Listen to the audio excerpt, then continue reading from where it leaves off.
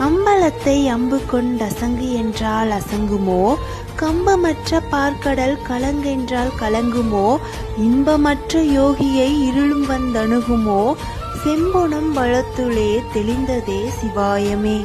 சிவவாக்கியம் பாடலின் விளக்கம். அம்பலமாய் இருக்கின்ற ஆகாயத்தை அம்பை விட்டு அசை என்றால் அசையுமா? கலங்கம் இல்லாத திருப்பார்க்கடலை கலங்க முயன்றால் கலங்குமா? அதுபோல் உலக இன்பங்களை துறந்த செவ்வனே, யோக தியானம் பயின்று வந்த யோகிகளிடம் துன்பமாகிய இருள் கிட்டே அணுகுமா? செம்மையான பொன்னம்பலத்தில் சோதியாக விளங்கும் சிவனை அறிந்து தெளிந்து சிவாய நம என தியானம் செய்து உண்மையை உணர்ந்து கொள்ளுங்கள். ஓம் நம சிவாய.